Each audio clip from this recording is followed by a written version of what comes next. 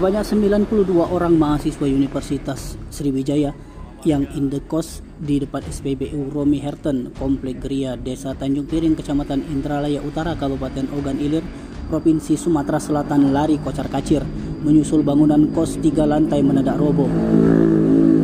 Informasi dari warga, bangunan kos 3 lantai tersebut mendadak roboh tanpa disertai angin kencang maupun hujan deras.